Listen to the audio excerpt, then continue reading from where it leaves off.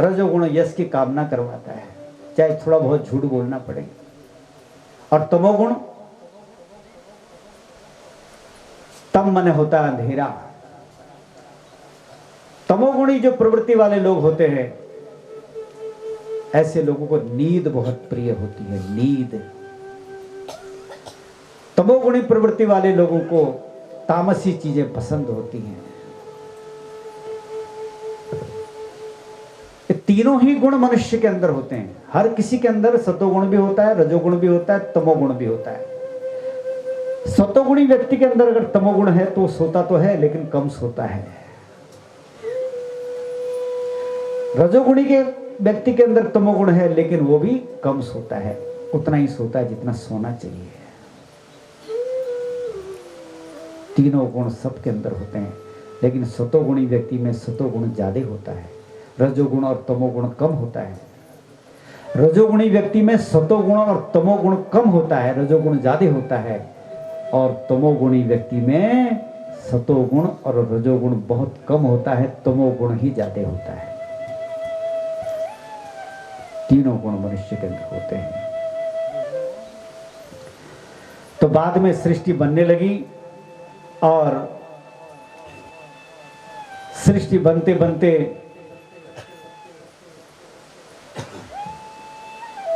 फिर भी मनुष्यों वाली सृष्टि नहीं बन पा रही थी। जैसी सृष्टि की कल्पना भगवान शिव ने की थी, ऐसी सृष्टि नहीं बन पा रही थी। ब्रह्मा जी ने फिर शिव को याद किया और ब्रह्मा जी के यहां भौं से फिर अर्धनारीश्वर रूप में भगवान प्रकट हुए। कल भी संक्षेप में इसके बारे में हमने बताया था। आधे नारी आधे पुरुष दोनों मिले हुए, बोले अर्धनारीश्वर भगवान की।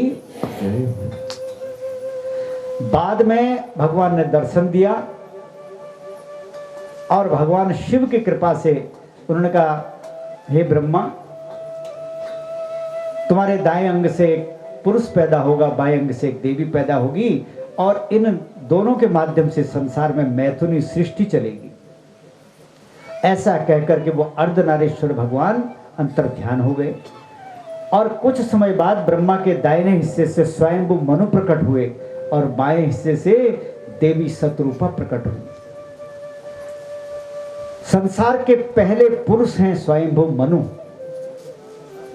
और संसार की पहली नारी है देवी शतरूपा। अगर आपसे कोई पूछे कि संसार की पहली नारी कौन है, तो देवी शतरूपा है। संसार का पहला पुरुष कौन है, मनुष्य कौन है, तो स्वयंभू मनु है। उन्हीं मनु से हम सबको मनुष्य कहा जाता है। बाद में इन स्वयंभू मनु के 3 पुत्र हुए, 2 पुत्र और 3 पुत्रियां हुई। 2 पुत्र हुए उत्तानपाद और प्रियव्रत। उत्तानपाद के घर में ध्रुव जी का जन्म हुआ। ध्रुव की कथा श्रीमद् भागवत में आती है विस्तार से। और प्रियव्रत के राज्य में अनेक मनु पैदा हुए। इन्हीं मनुओं के नाम से हमारे मनवंतर कहे जाते हैं। विद्वान लोग जब संकल्प कराते हैं तो मनवंतरों के नाम लेते हैं। ये 7वां मनवंतर चल रहा है, थोड़ा कठिन है लेकिन ध्यान से सुनिए। सप्तमे वैवस्वत नामक मनवंतरे जब संकल्प आता है तो उसमें वैवस्वत मनु का नाम आता है। अभी वैवस्वत मुनि का मनवंतर चल रहा है। सबसे पहले हुए स्वयंभू मनु, उनके नाम से मनवंतर हुआ। फिर प्रियव्रत और उनके बच्चों के नाम से मनवंतर हुए। आज भी उनके मनवंतर चल रहे हैं। इस संकल्प का हमने कल भी आपको बताया था कि संकल्प, जब पूजा में संकल्प होता है तो संकल्प से ये सिद्ध होता है कि हम आज से नहीं, अनेकों, जब ये सृष्टि बनी तभी से, उस प्रारंभ की सृष्टि से हमारा संबंध है। हम उन्हीं के संतान हैं, उन्हीं ऋषि मुनियों की संतान हैं। बाद में दक्ष प्रजापति जब ये जो है अपने ब्रह्मा जी सृष्टि करने लगे तो मानसिक सृष्टि होने लगी, मन से सृष्टि बनाने का ब्रह्मा जी ने प्रयास किया।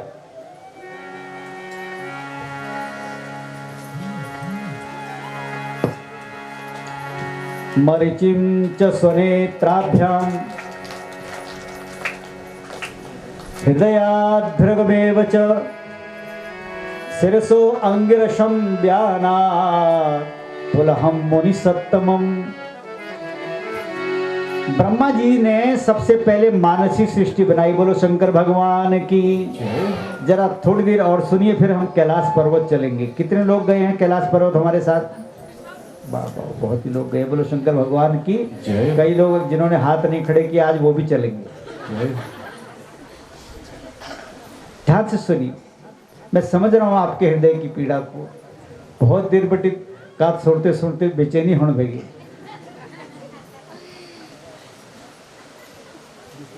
क्योंकि आदत खराब है ना। हाथों के केले के काम मिलने चाहिए, जरा बाड़ी के लिए मुख के लिए काम मिलने चाहिए। थोड़ी देर और सुनिए ध्यान से। ब्रह्मा जी ने मानसिक सृष्टि बनाई मन से। ब्रह्मा जी की आंखों से मरीचि नाम के ऋषि उत्पन्न हुए, हृदय से भृगु उत्पन्न हुए, सिर से अंगिरा हुए, व्यान से पुलह का उत्पन्न हुए, उदान से पुलस्त हुए, समान से वशिष्ठ हुए, अपान से क्रतु हुए, सोत्र से अत्रि हुए और प्राणों से दक्ष प्रजापति उत्पन्न हुए। बोली शंकर भगवान की। तो पहली सृष्टि शिव की और दूसरी सृष्टि मानी जाती है ब्रह्मा जी के पुत्र दक्ष की, जो ब्रह्मा के प्राण से उत्पन्न हुए दक्ष प्रजापति। दक्ष प्रजापति की 60 कन्याओं का वर्णन अन्य पुराणों में आता है और 12 उनके पुत्र भी हैं, लेकिन शिव पुराण में उनकी 24 कन्याओं का वर्णन आता है दक्ष प्रजापति। और दक्ष प्रजापति की 24 कन्याओं में से 13 कन्याएं धर्म को दे दी गई। श्रद्धा, लक्ष्मी, धृति, तुष्टि, पुष्टि, मेघा, क्रिया, बुद्धि, वसु, शांति, सिद्धि और 13वीं कन्या का नाम है कीर्ति।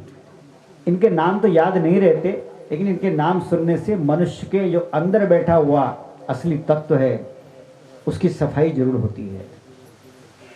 अंदर के लिए औषधि के समान ये नाम होते हैं। और जो 11 कन्याएं हैं ख्याति, सतपथा इत्यादि,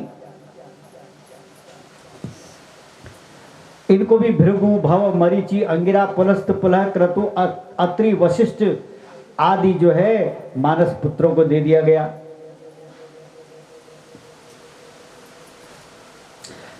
और 13 कन्याएं अन्य पुराणों में वर्णन आता है कश्यप ऋषि को दे दी गई।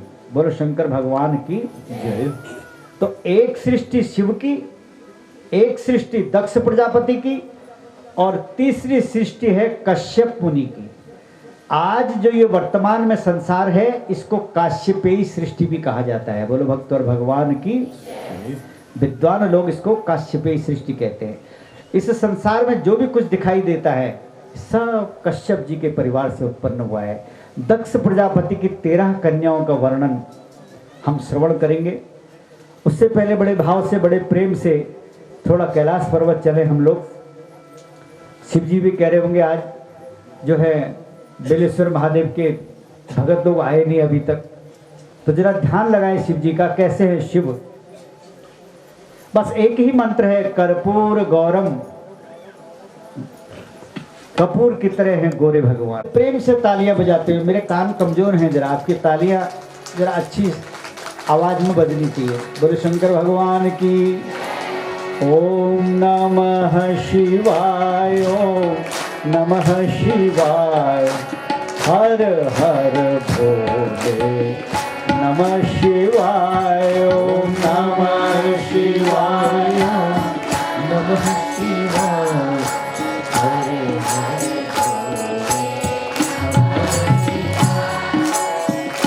नमः शिवाय, ओम नमः शिवाय, हर हर भोले नमः शिवाय, ओम नमः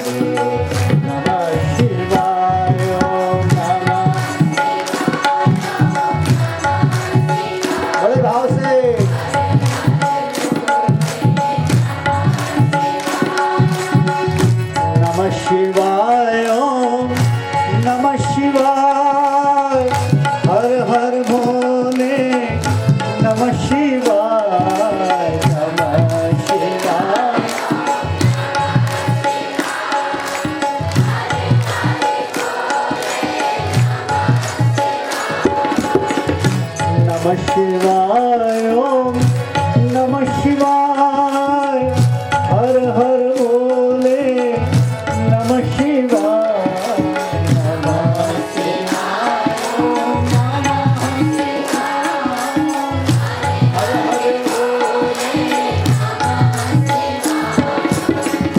नमः शिवाय ओम नमः शिवाय हर हर भोले नमः शिवाय ओम नमः शिवाय ओम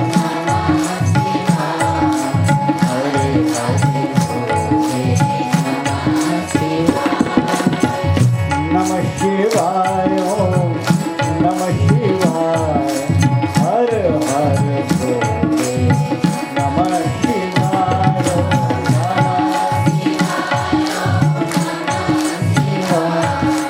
हरे हरे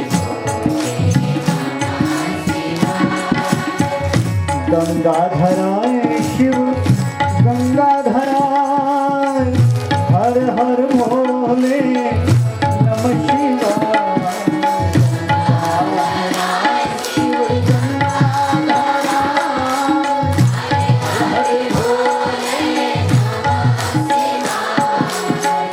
गंगाधराय शिव गंगाधराय हर हर भोले नमः शिवाय गंगाधराय शिव नमः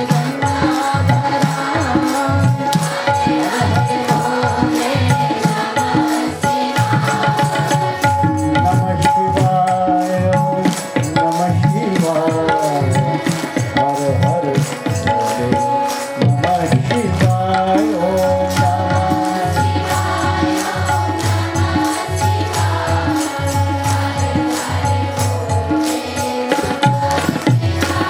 ओम नमः शिवाय ओम नमः शिवाय हर हर भोले नमः शिवाय ओम नमः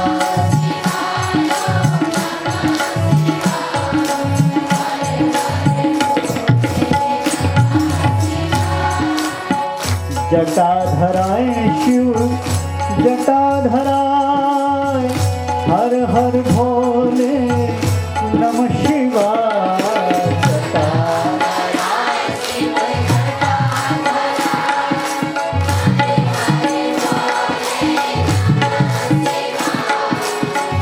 जटाधराय शिव जटाधराय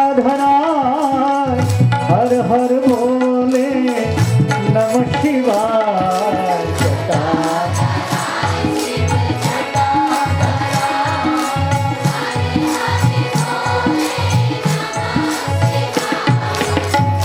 नमः शिवाय ओम नमः शिवाय हर हर भोले नमः शिवाय ओम नमः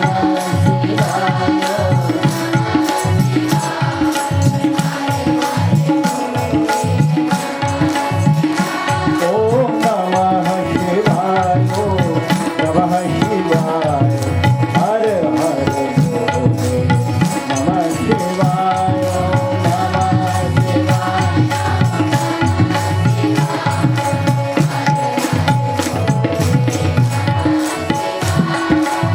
बिल्वेश्वराय शिव बिल्वेश्वराय हर हर भोले नमः शिवाय बिल्वेश्वराय भोले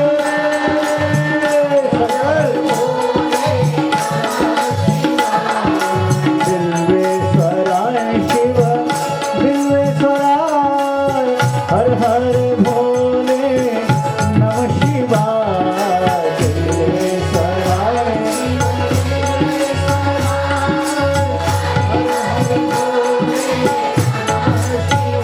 नमः शिवाय ओम नमः शिवाय हर हर भोले नमः शिवाय ओम नमः शिवाय ओम नमः शिवाय हरे हरे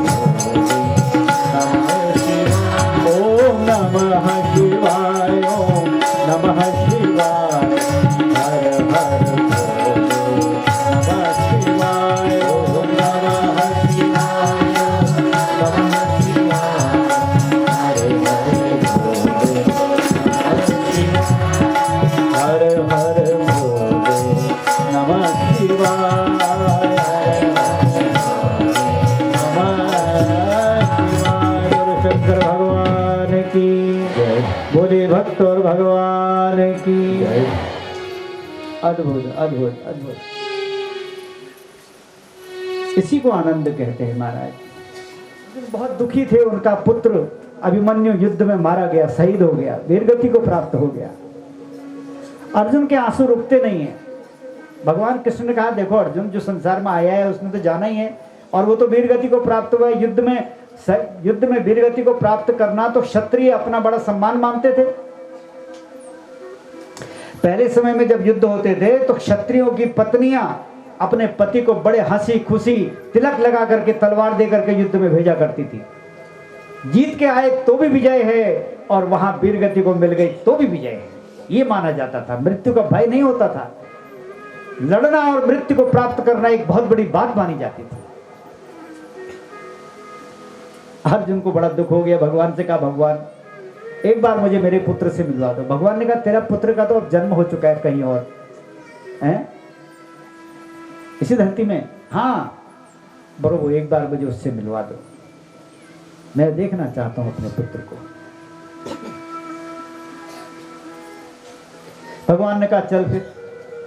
भगवान ले गए छोटा सा बालक। अर्जुन की आंखों में आंसू आ गए। अर्जुन ने उस बालक से कहा, वो बालक भी टुकुर टुकुर करके अर्जुन को देखने लगा। अर्जुन ने कहा बालक तुम मेरे पुत्र हो, तुम मेरे अभिमन्यु हो, मेरे हृदय के टुकड़े हो तुम। वो बालक मुस्कुराने लगा बिस्तर में लेटे लेटे। उसने कहा अर्जुन कैसी बात करता है, कितनी बार तू मेरा पिता बना, कितनी बार मैं तेरा पिता बना, कहां इस चक्कर में पड़ा है। अर्जुन को ज्ञान हो गया। बोलो शंकर भगवान की। हमारे आसपास जितने हमारा जो वातावरण है ना, ये मनुष्य बार बार अगर मोक्ष की न प्राप्त हो तो यही जन्म लेता है। अपने ही घर का सदस्य कहीं चाचा के वहां जन्म ले लेगा, कहीं मामा के वहां जन्म ले लेगा। ज्यादा गलत कर्म किए होंगे, अपने घर का कुत्ता बिल्ली गाय भैंस न जाने क्या बना हुआ है।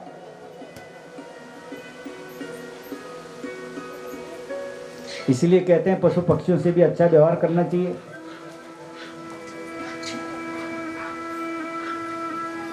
तो सुरसा नाम अहिन के माता, ये सुरसा भी जो है दक्ष प्रजापति की कन्या है और कश्यप मुनि की पत्नी है, जिससे अनेक फन वाले हजारों सांप जो हैं उनकी मां है ये सुरसा। 13 कन्याओं में से एक कन्या का नाम है खसा, जिससे यक्ष और गंधर्व पैदा होते हैं। गंधर्व कहते हैं जो देवताओं के संगीतज्ञ हैं, उनको गंधर्व कहा गया है। और ये यक्ष ऐसे हैं, ये बड़े युद्ध करने वाली प्रजातियां हैं, अन्याय के खिलाफ युद्ध करती हैं। एक का नाम है मुनि, एक का नाम है ताम्रा। बड़े ध्यान से सुनिए, कश्यप मुनि की 13 पत्नियों के नाम आप सुन रहे हैं, जो कि दक्ष प्रजापति की बेटियां हैं। जिसका नाम ताम्रा है, इनकी भी 6 कन्याएं हैं, और प्रत्येक कन्या से क्या क्या उत्पन्न हुए। उल्लू, ये जो रात में उल्लू देखता है, जो ये उल्लू उसी कश्यप ऋषि के वंश में पैदा हुए। शयनी बाज आदि, जो बाज पक्षी होता है, जो बाज एक बड़ा पक्षी होता है आसमान में, तो छोटे मोटे पक्षियों को ऐसे पकड़ लेता है पंजे से, बड़ा ताकतवर होता है, ये भी उन्हीं के। और भासी, ताम्रा की कन्या है भासी, जिससे जो है ये भैंस इत्यादि उत्पन्न हुए हैं। घोड़े ऊंट इत्यादि भी इन्हीं से पैदा हुए। और एक रुचि है जिससे जल में रहने वाले पक्षी उत्पन्न हुए। ये सब सारी सृष्टि, काश्यपी सृष्टि का वर्णन आप लोग सुन रहे हैं, और इस सृष्टि के वर्णन को बड़े भाव से जो सुनता है उसके अनेक जन्म जन्मों के पाप कटते हैं। इन्हीं कश्यप ऋषि की एक पत्नी का नाम है सुरभि, और इस सुरभि से गाय इत्यादि उत्पन्न हुए हैं। एक पत्नी का नाम है क्रोधवसा, एक पत्नी का नाम है इरा, और इस इरा से जितने पेड़ पौधे लताएं वृक्ष है घास है सब इसी से उत्पन्न हुए हैं। एक पत्नी का नाम है कद्रु, और इस कद्रु से भी अनेक नाग पैदा हुए हैं जो कि गरुड़ के अधीन रहते हैं नाग। और एक पत्नी इनकी ऐसी है जिस पत्नी से गरुड़ और अरुण नाम के दो पक्षी उत्पन्न हुए हैं। गरुड़ भगवान विष्णु के वाहन हैं और अरुण जो है वो सूर्य भगवान के वाहन हैं। बोले शंकर भगवान की जय। तो ऐसी अद्भुत कथा जो है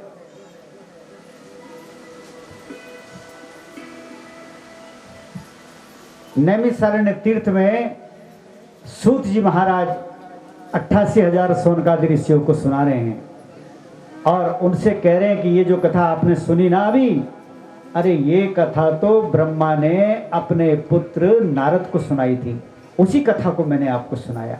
और उसी कथा को यहाँ हमारे बिल्वेश्वर महादेव मंदिर प्रांगण में भगवान शिव की कृपा से आप भी इस प्रांगण में उसी कथा को श्रवण कर रहे हैं, जिस कथा को सूत जी ने सौनकादि ऋषियों को सुनाया था और जिस कथा को ब्रह्मा जी ने अपने पुत्र नारद को सुनाया था। बोले शंकर भगवान की।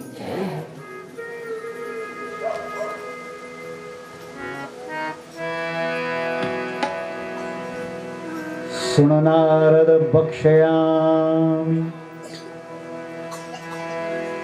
चरितं शशिमौलिनः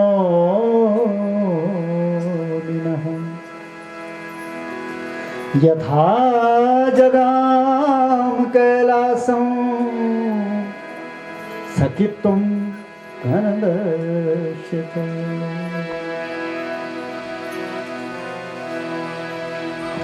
आसीत काम्पिल्य नगरे सोमया विकुलोद्भव दीक्षितो यज्ञ दत्ताख्यो यज्ञ विद्या विशारद।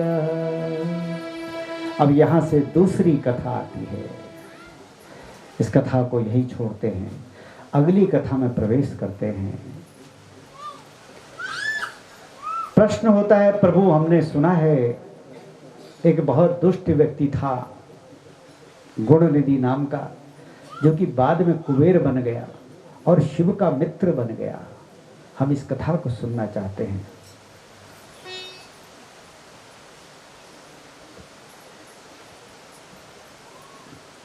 तो सूत जी महाराज कहते हैं इस कथा को भी ब्रह्मा जी अपने पुत्र नारद को सुना रहे हैं, और जो उन्होंने नारद को सुनाया वही कथा सूत जी कहते हैं मैं आपको सुनाता हूँ।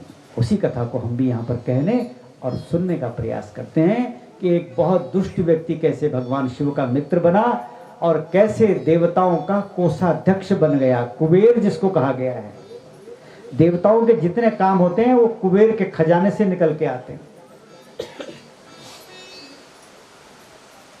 कैसे भगवान शिव कृपा कर देते हैं।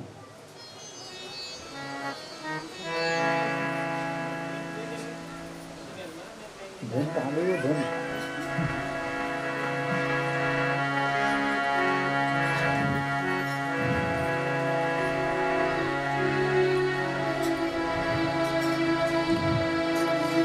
आसीद गुणनिधिर्नाम दीक्षितस्य वै सुतः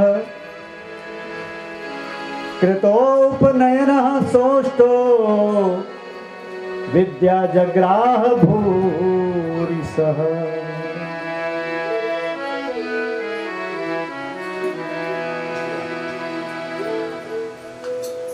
प्राचीन समय में काम्पिल्य नगर में एक विद्वान ब्राह्मण रहते थे जिनका नाम था यज्ञदत्त। इनके घर में एक पुत्र था जिसका नाम था गुणनिधि। यज्ञदत्त का बड़ा नाम था, सभी लोगों में यज्ञदत्त बहुत पूजित थे। और 8 वर्ष की अवस्था में उस बालक का उपनयन संस्कार जनेऊ आदि कर दिया गया। सारी विद्याएं भी उसको पढ़ाने का प्रयास किया गया, लेकिन देव योग से वो जो बालक है वो गलत संगत में पड़ गया। दुष्ट संग जन देई विधाता, दुष्ट की संगत में रहने से हमेशा हानि ही होती है। इसलिए ये बालक से जैसी उम्मीदें थी, ये जुआरी बन गया, मदिरा पान करने लगा और घर का सामान इत्यादि बेचने लगा। माता कहती थी कि अपने पिता के पास चले जाओ, पिता से कुछ शिक्षा ग्रहण करो, फिर भी नहीं करता था। न पिता का कहना माने, न मां का कहना माने। समय बीतता रहा, ये 16 वर्ष का हो गया। पिता पूछता था, घर में जब आता था, यज्ञदत्त ब्राह्मण अपनी पत्नी से पूछता था कि देवी गुणनिधि कहां है, बेटा कहां है। मां अपने बच्चे के सारे अवगुणों को जानती थी बेटा गलत संगत में चला गया, जुआ खेलता है, मदिरा पान करता है, वैश्यागमन करता है, ब्राह्मण का बेटा होते हुए कुल को दाग लगाने की तैयारी कर रहा है। मां को सब पता था, लेकिन मां अपने बच्चे के मोह में अपने पति से सच नहीं बोलती थी। कभी कभी माताएं मोह में पड़ करके अपने बच्चे के अवगुण पिता से छुपा लेती हैं, कहीं पिता बच्चे को मारे ना, पीट ना दे। अगर बच्चे के अंदर अवगुण दिखाई देते हैं तो तुरंत उसमें रोक लगानी चाहिए। तुरंत दोनों पति पत्नी ने आपस में बातचीत करके बच्चे के उज्जवल भविष्य का प्रयास करना चाहिए। बच्चे की बुराइयों को कभी छुपाना नहीं चाहिए। जो माताएं अपने बच्चे की बुराई छुपाती हैं वो अंत में बहुत दुखी हो जाती हैं।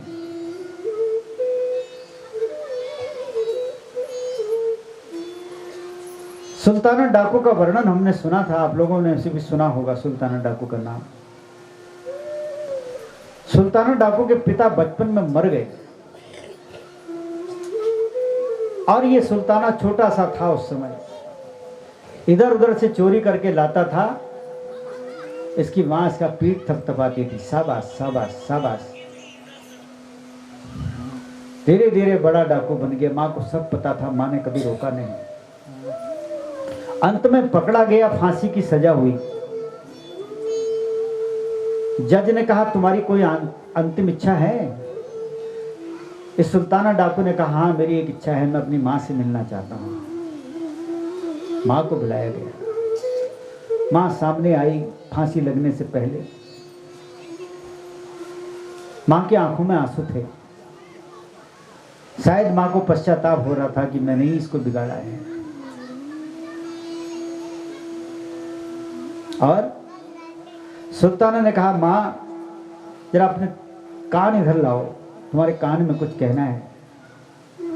सुल्ताना के दोनों हाथ बंधे हुए थे पीछे को। मां कान लेकर के सामने आई, सुल्ताना के मुंह में उसने कान लगाया मां ने, और सुल्ताना ने अपने मुंह से अपनी मां का कान काट दिया, चबा दिया। मां दर्द से बिलखने लगी, बेटा तूने ये क्या किया? उसने कहा मां तूने बचपन में अगर मेरा कान पकड़ दिया होता, मुझे दंड दिया होता तो आज मुझे फांसी ना होती। सबक है, इसलिए तुझे भी तो सजा मिलनी चाहिए ना थोड़ी सी। तेरी वजह से मैं आज मृत्यु के मुंह में जा रहा हूं। इसलिए परवरिश बहुत आवश्यक है कि हम कैसी परवरिश कर रहे हैं बच्चों की। इस गुणनिधि की मां भी अपने इस गुणनिधि के दोषों को पिता से छुपा देती थी।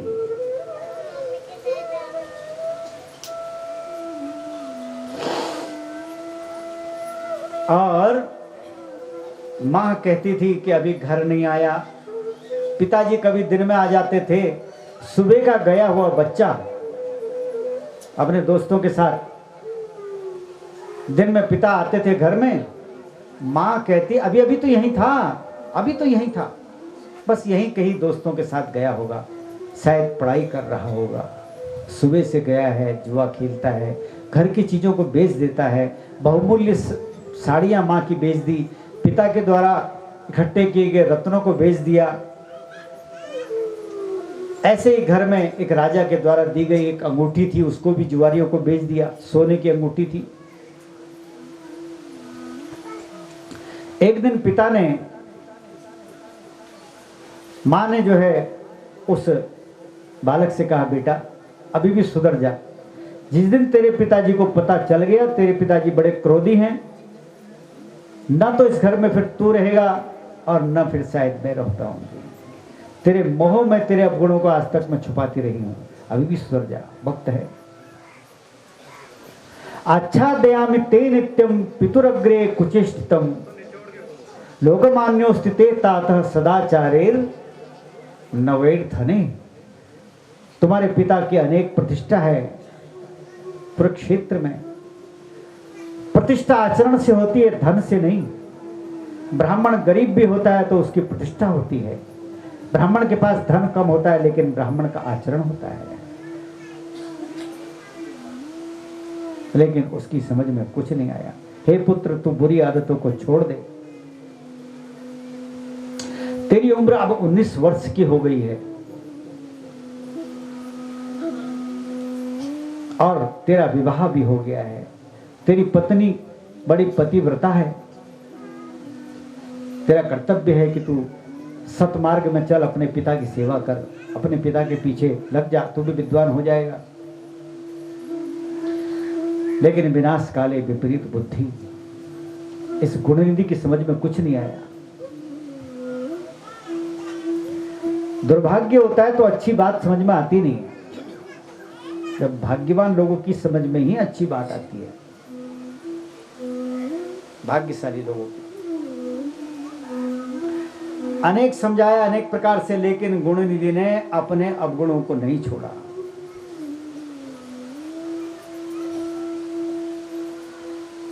झूठ बोलना, असत्य भाषण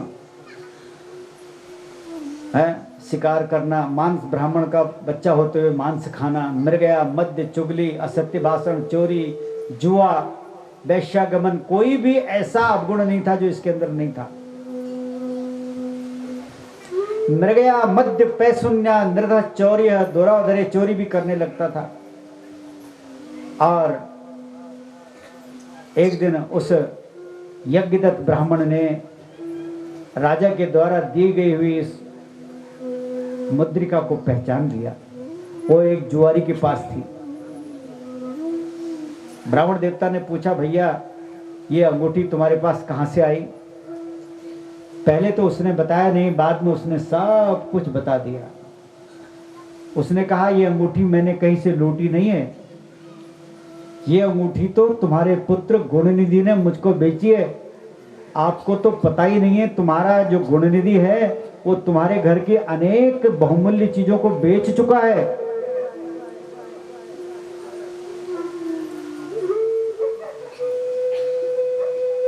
अच्छा, और अनेक जुआरी उसको, कभी कभी उसने कई लोगों से कर्जा भी ले रखा है और कई लोग उसको पकड़ करके उसको मारते हैं, बांध देते हैं, फिर उसको मारते हैं पैसा अपना वापस लेने के लिए, लेकिन उसके पास कभी होता नहीं। और उसका जैसा तो कोई जुआरी ऐसा है ही नहीं। न तेन सदृश, न तेन सदृश, उसकी तरह कोई और नहीं है।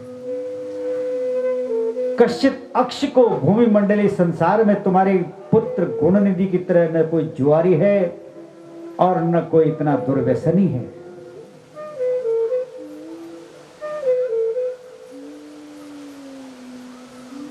हे ब्राह्मण देवता, आपका बेटा तो जुआरियों में शिरोमणि है। ब्राह्मण देवता अपने घर आ गए और घर आते ही क्रोध आ गया, क्योंकि उनकी पत्नी लगातार झूठ बोलती रही। बच्चे का विवाह हो गया, बचपन से लेकर के आज तक इतना बड़ा बच्चा हो गया, सारी बातें छुपाती रही आज तक। बताओ, ब्राह्मण देवता ने अपनी पत्नी से कहा, देवी, राजा ने मुझको जो मुद्रिका दी थी, जो अंगूठी दी थी, बताओ कहां है, लेकर के आओ। पत्नी डर गई। पत्नी ने कहा, हे प्राणनाथ, अभी मेरा कुछ काम है, कुछ अतिथि आए हुए हैं, बहाना बनाया, उनको भोजन करा दूं, फिर ढूंढूंगी न जाने मैंने कहां रखी है। एक गलती करने के बाद उस गलती को छुपाने के लिए अनेक बार झूठ बोलना पड़ता है, एक झूठ को छुपाने के लिए।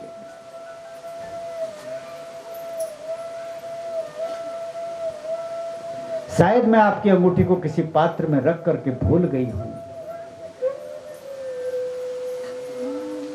और अभी मुझे उसकी याद भी नहीं आ रही है। ब्राह्मण देवता ने कहा, हम हे सत्पुत्र जननी नित्यम सत्य प्रभाषणी। क्रोध आ गया ब्राह्मण देवता को। यदा यदा तम संपृच्छेत तनय कुट कतस्थित। अरे दुष्ट पुत्र को उत्पन्न करने वाली दुष्टे, पहले तो तू सत्य बोला करती थी। देखो, कुपुत्रो जाए तो क्वचिदपि कुमाता न भवति। पुत्र अगर कुपुत्र है तो माता कुमाता नहीं होती है, लेकिन कभी कभी दुर्भाग्य है, पुत्र के कारण माता पिता को भी अपमान और गालियां सहन करनी पड़ती है। लेकिन यहाँ तो माँ का दोष है ही है। अगर माँ बच्चे के दोष को छुपाती रही ना, फोड़ा हुआ है फोड़ा, छुपाते रहोगे छुपाते रहोगे छुपाते रहोगे, डॉक्टर को नहीं दिखाओगे, एक दिन वो नासूर हो जाएगा, फिर पाँव ही काटना पड़ेगा, वो अंग काटना पड़ेगा जहां पर वो फोड़ा हुआ है। वही हाल यहां भी हो गया। अनेक प्रकार की बातें कही ब्राह्मण देवता ने। पत्नी क्या बोलती? ब्राह्मण देवता कहते हैं, जब मैं उसके बारे में तुमसे पूछता था, तुम कहती थी कि वो कहीं गया है, अपने मित्रों के साथ पढ़ रहा है? ब्राह्मण देवता कहने लगे, जाओ, मैंने तुम्हारा त्याग किया और तुम्हारे पुत्र का भी त्याग किया। आज के बाद तुम्हारा इस घर में कोई हक नहीं। ब्राह्मण देवता ने अपनी पत्नी को हाथ पकड़ा और दरवाजे से बाहर कर दिया।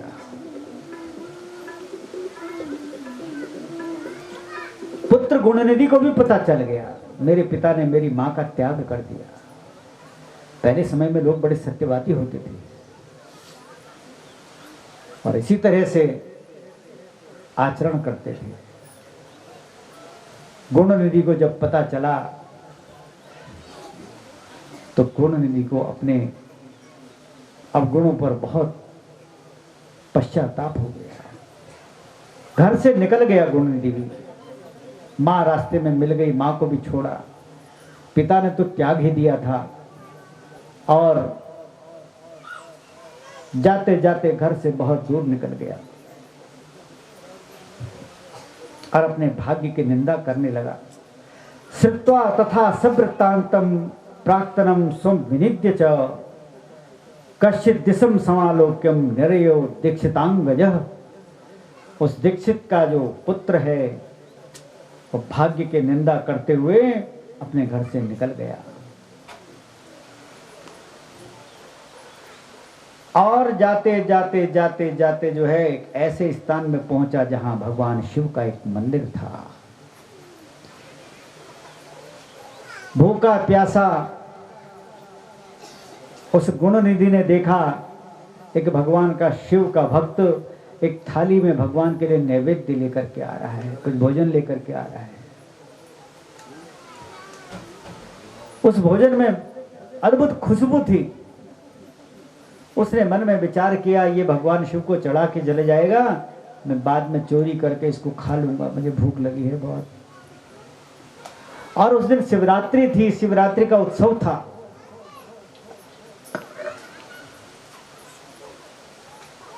शिवरात्रि के उत्सव में वो भगत वहां भगवान शिव जी के मंदिर में नैवेद्य को चढ़ा करके चला गया।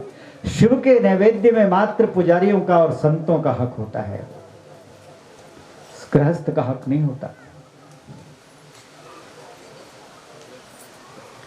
और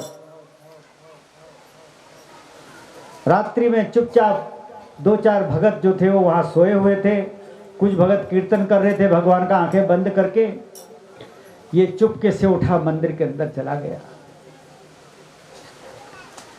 मंदिर का दिया धीरे धीरे बुझ रहा था, दिए में तेल कम हो रहा था, दिए की बत्ती छोटी पड़ रही थी।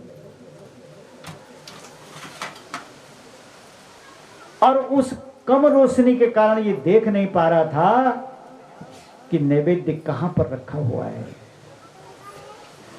और भगवान शिव के उस लिंग पर दिए की छाया पड़ रही थी। देखो, जब दिए की बत्ती छोटी हो जाती है तो दिए की छाया फिर लिंग में पड़ने लगती है। कभी ऐसा हो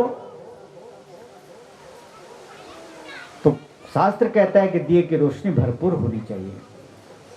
इसको कुछ पता नहीं था, ये भक्ति के बारे में कुछ जानता ही नहीं था। इसने अपने शरीर का जो वस्त्र था उसको फाड़ा, वहीं पर पास में तेल का पात्र था उसमें भिगाया, और जो दिया जला हुआ था उसी दिए में से अपने शरीर से जो कपड़ा फाड़ा था उस कपड़े की बत्ती बनाई और बड़ी मोटी मोटी बत्ती दिए में लगा दी। बोलो शंकर भगवान की जय।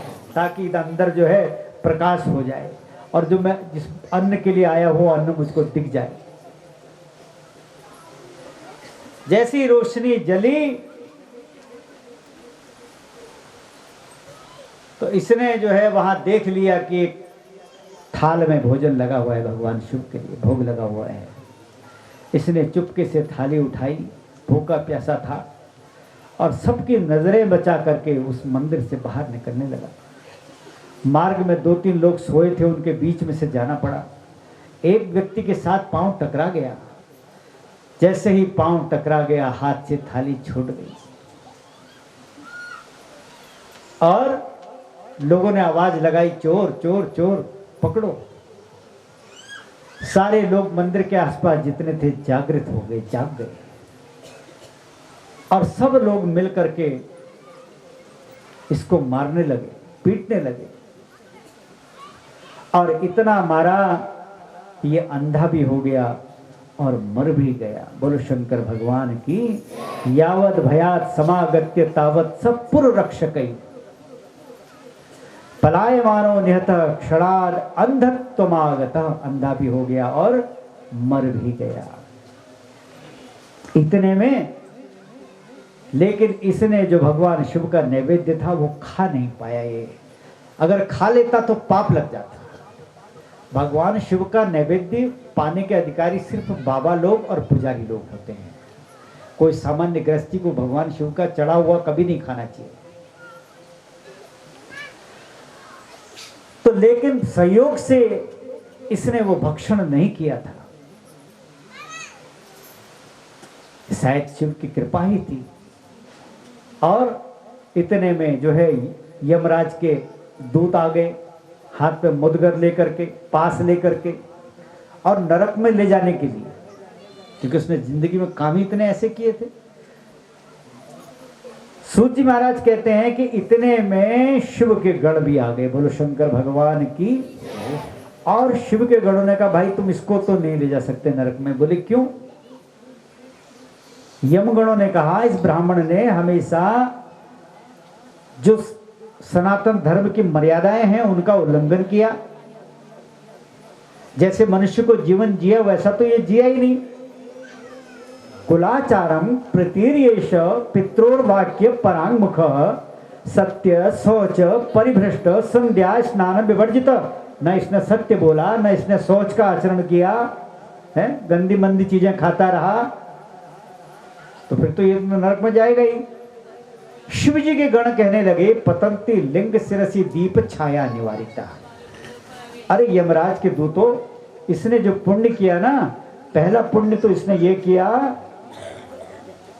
कि जो शिवलिंग के ऊपर दीपक की छाया पड़ रही थी वो दीपक की छाया दूर हो गई। इसने अपना, और दूसरा इसने अपने शरीर का वस्त्र फाड़ करके भगवान के मंदिर में, इसने अपने वस्त्र से भगवान के मंदिर में बत्ती बना दी, बत्ती, दीपक में जलाने वाली बत्ती। जाने अनजाने में इससे जो है बहुत बड़ा कल्याणकारी काम हो गया। देखो, भगवान की पूजा, भगवान की उपासना, भगवान की भक्ति कभी कभी जाने अनजाने में हो जाती है, वो भी बड़ी कल्याणकारी होती है। तुलसीदास जी लिखते हैं, भाव कुभाव अनख आलस हूँ, भाव कुभाव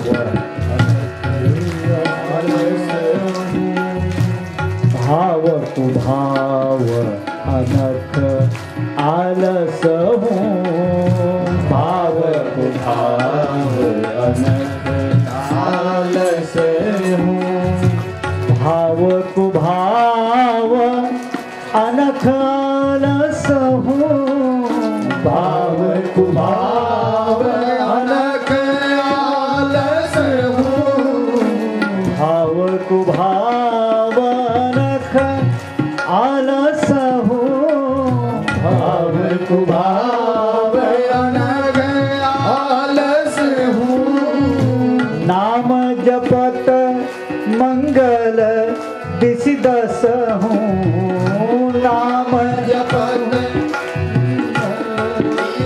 दस हूँ, नाम जपत मंगल दिस दस हूँ, नाम जपत मंगल दिस दस हूँ, भाव कुभाव अनख आलस हूँ, भाव कुभाव अनख आलस हूँ।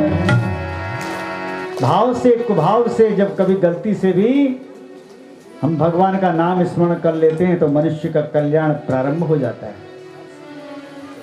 और इसने भी गलती से वहां दिया जला दिया और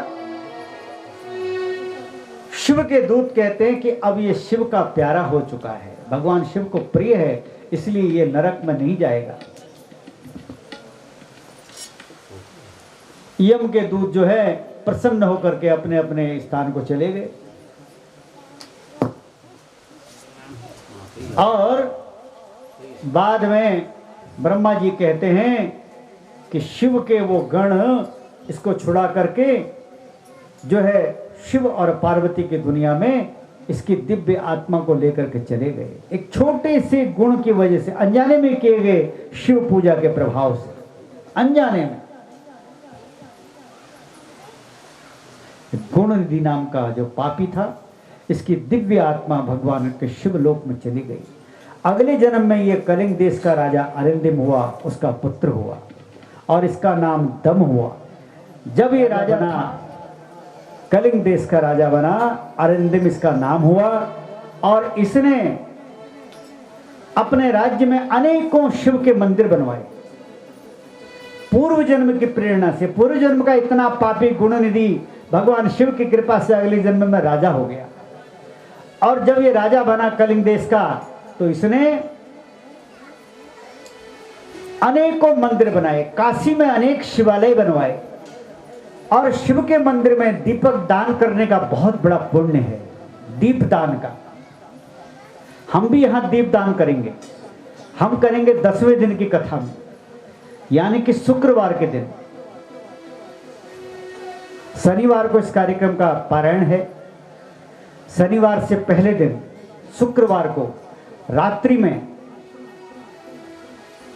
आप सबको, अभी से हम आपको बता दे रहे हैं, अपने अपने घर से दिया बना करके लाना है और माचिस लेकर के आनी है। बहुत शांति से आना है। सब लोग यहां बैठेंगे, रंग वाली पिछोड़ी में आना है, सज धज के आना है। और यहां से ज्यादा दूर हम कहीं नहीं जाएंगे। कुछ दीपक हम यहाँ बिल्वेश्वर मंदिर के आसपास दीपदान करेंगे। यहाँ पर खड़े होकर सब लोग आरती करेंगे भगवान शंकर की।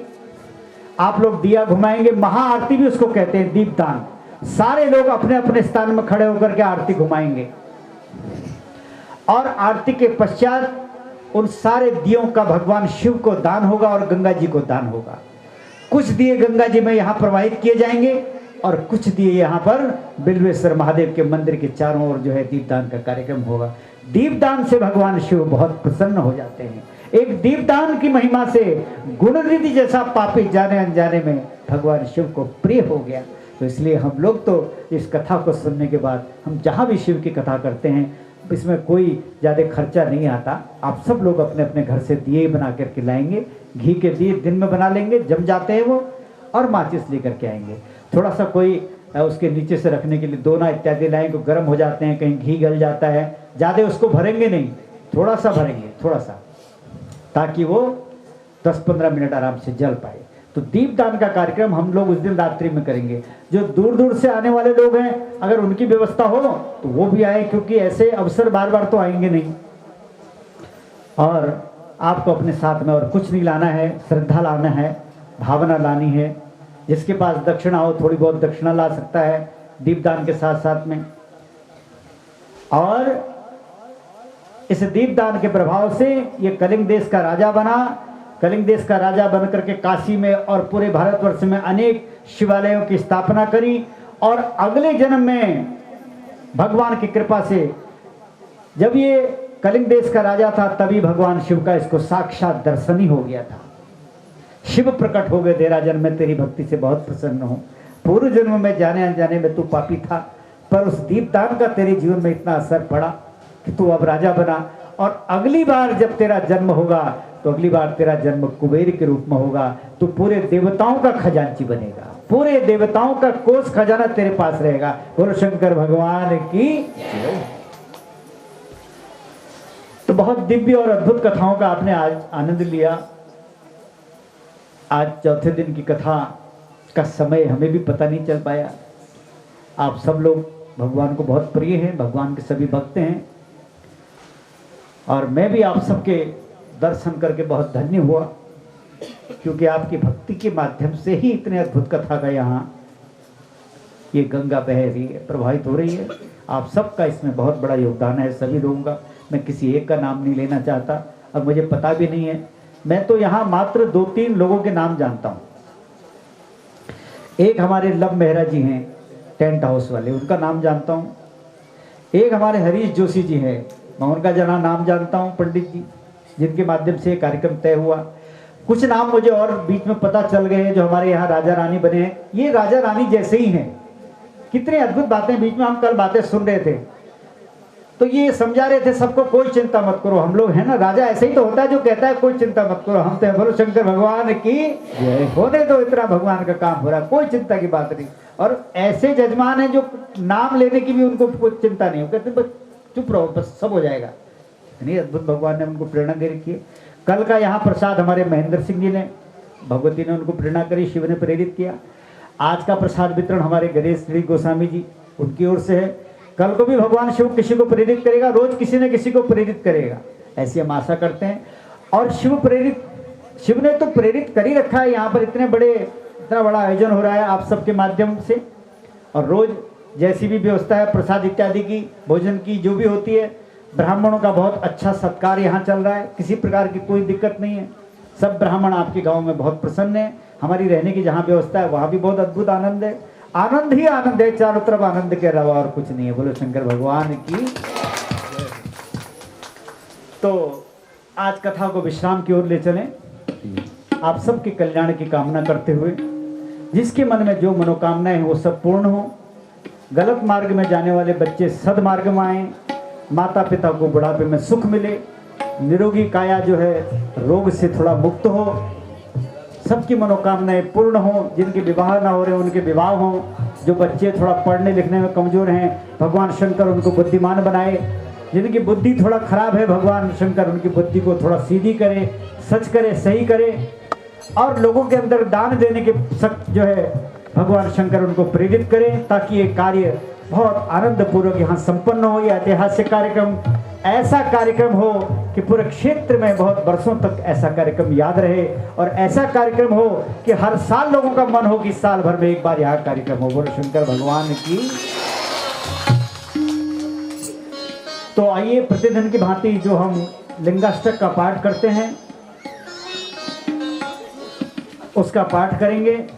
और जिनके पास पर्चे नहीं हैं, मोबाइल हैं, हमारे पढ़े लिखे बच्चे हैं, युवा साथी हैं, हमारी बहनें हैं, वो हमारे भट्ट जी भी कल बता रहे थे, मोबाइल में सर्च करते ही लिंगाष्टक आ जाता है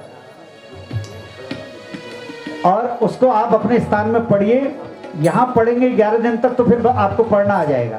इसका पाठ हमेशा करिए शिव की प्रसन्नता के लिए। बहुत भगवान शिव बहुत प्रसन्न होते हैं जो लिंगाष्टक और रुद्राष्टक का पाठ नित्य करता है, शुद्ध भाव से, निर्मल मन से, सबके कल्याण की कामना करते हुए।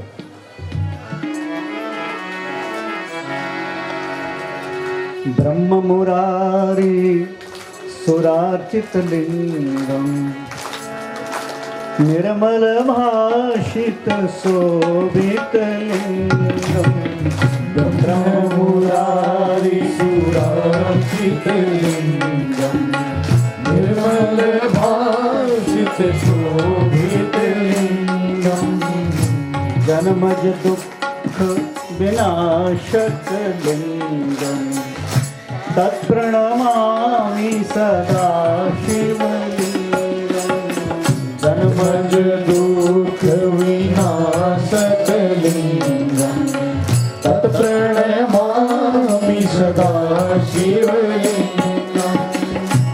देव मुनि प्रवरार्चित लिंगम कामदहं करुणाकर लिंगम। देव मुनि प्रवरार्चित लिंगम कामदहं करुणाकर लिंगम। रावण दर्प विनाशन लिंगम तत्प्रणमामि सदा शिवलिंगम। रावण दर्प विनाशन लिंगम तत्प्रणमामि सदा शिवलिंगम।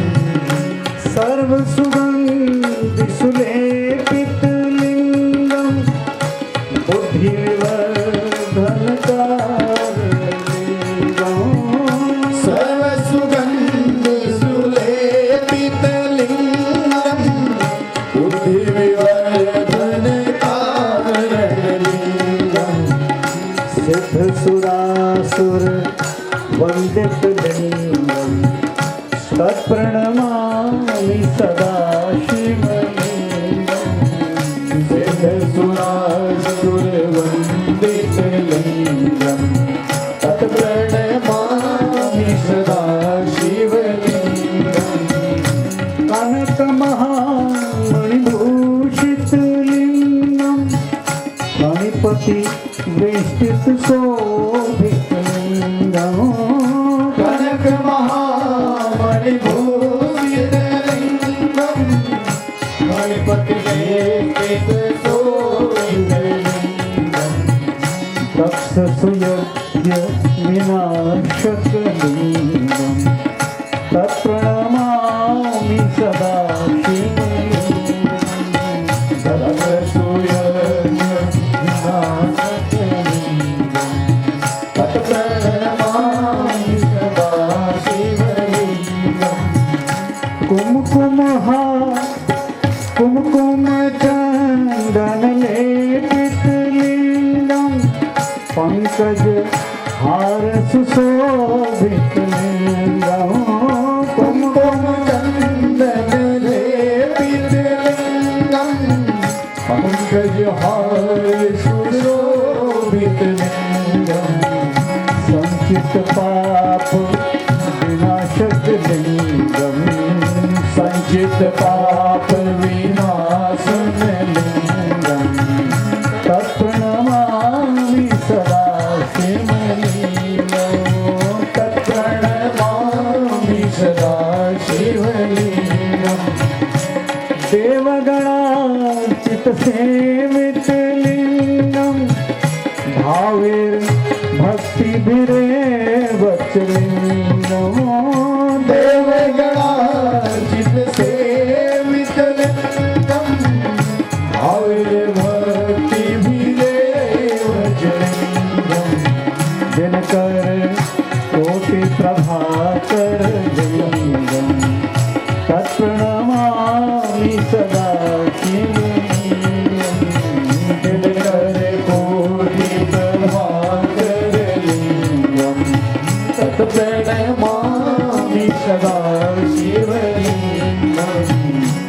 अष्टदलो परिवेष्टित लिंगम सर्वसमो भवकारलिंगम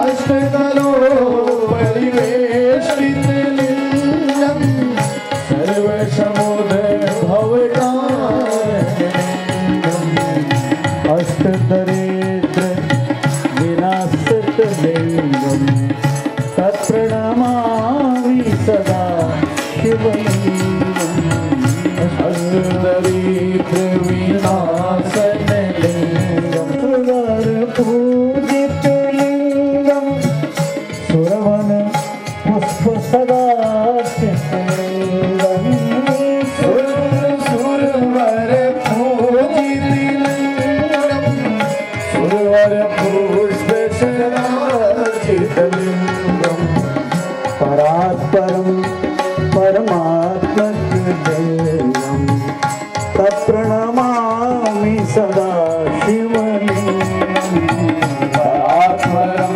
परमात्मलिंगं तत्प्रणमामि सदा शिवलिंगं तत्प्रणमामि सदा शिवलिंगम तत्प्रणमामि सदा शिवलिंगं लिंगाष्टकमिदं पुण्यं यः पठेत् शिवसंज्ञो शिवलोके मवाप्नोति शिवेन सह मोदते।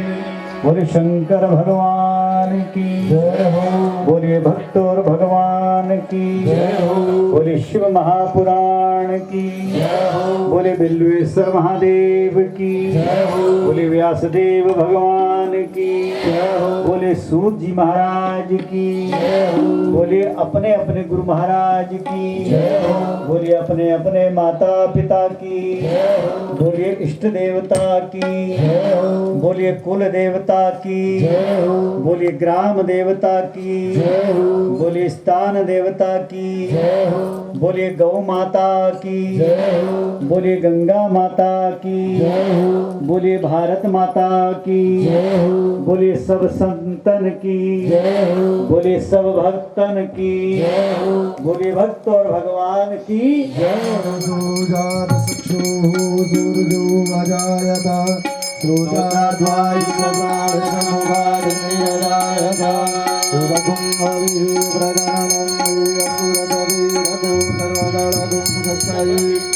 आत्मधनि प्रजाधनि वधुधनि लोकसंज्ञमयधनि प्रजां बहुरां विधरुध्वङ्गम् मयोरेतो अस्मात् ॐ जय शिव ओंकारा बोले हर शिव ओंकारा ब्रह्मा विष्णु सदा शिव बोले गाने नाथ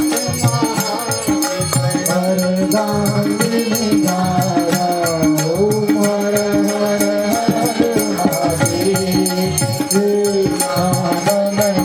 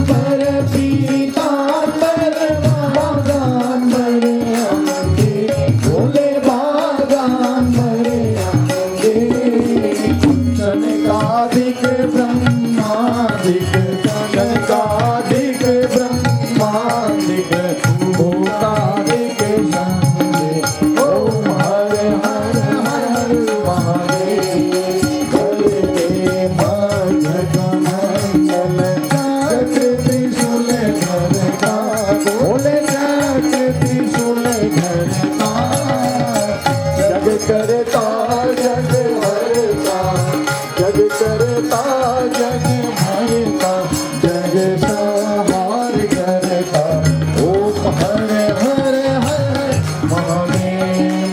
ब्रह्मा विष्णु सदा शिव जानत अविवेका, बोले जानत अविवेका। प्रणवाक्षर के माथे ओंकारेश्वर माथे, ये तीनों वेदा। ओम हर हर हर महादेव।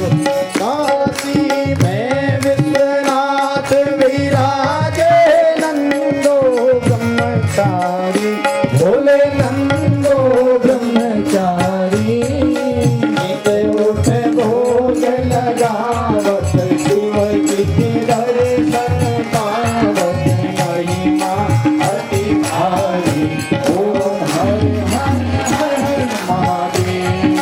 त्रिगुण मंत्र की आरती जो कोई नरे गावे, बोले प्रेम सहित गावे।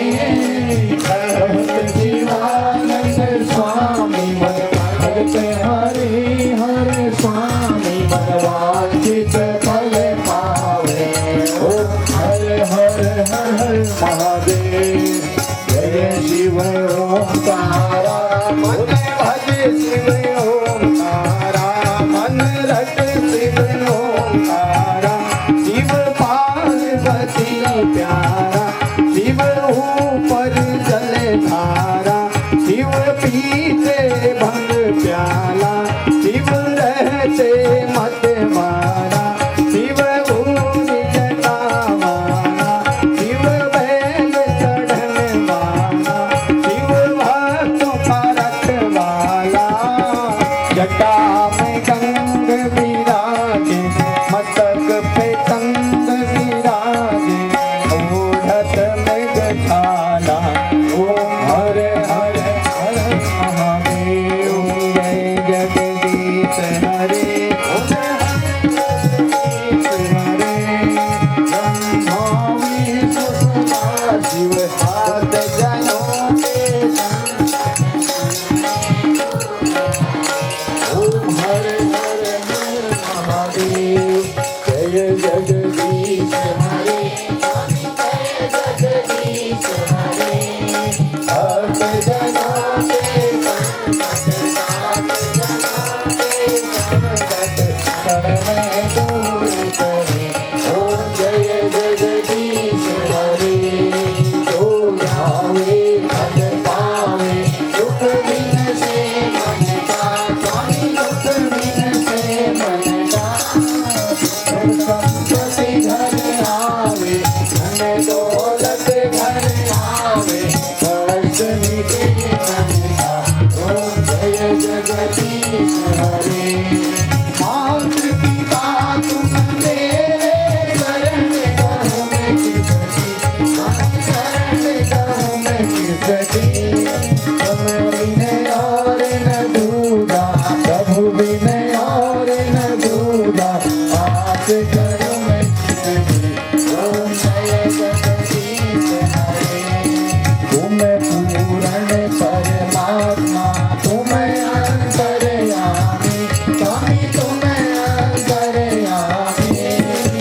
और ब्रह्म परमेश्वर, अखिल भुवन जगदीश्वर, तुम सबके ओम जय जगदीश हरे। तुम करुणा की सागर, तुम पालन करता, स्वामी तुम पालन करता। मैं मूरत फल कामी, मैं सेवक तुम स्वामी, कृपा करो भरता। ओम जय जगदीश हरे। तुम हो किया गोचर सबके प्राणपति, स्वामी सबके प्राणपति। विश्व विधि मिलहूँ दयामय, साहि विधि मिलहूँ दयामय, तुमको मैं तुमसे। ओम जय जगदीश हरे। दीन बंधु दुख हरता,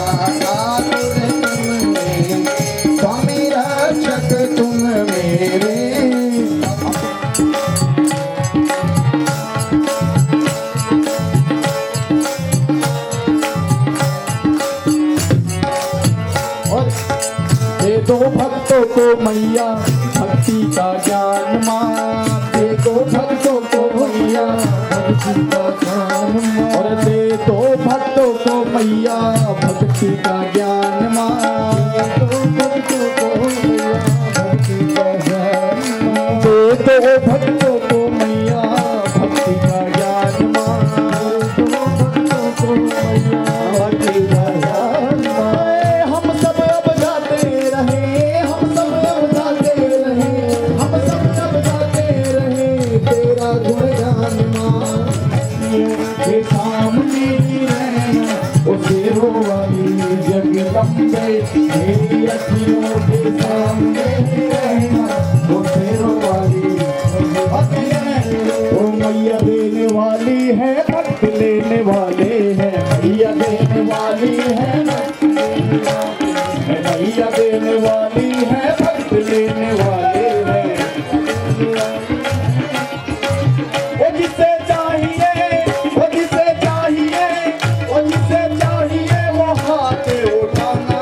मुझे लगता है किसी को नहीं चाहिए, मुझे लगता है किसी को चाहिए ही नहीं माँ से। अगर जिसे चाहिए दोनों हाथ खड़े करते हुए, वो जिसे चाहिए वो जिसे चाहिए वो हाथ उठाना, जरा जोर से ताली बजाना बजाना, जरा जोर से ताली बजाना बजाना, जरा जोर से ताली बजाना।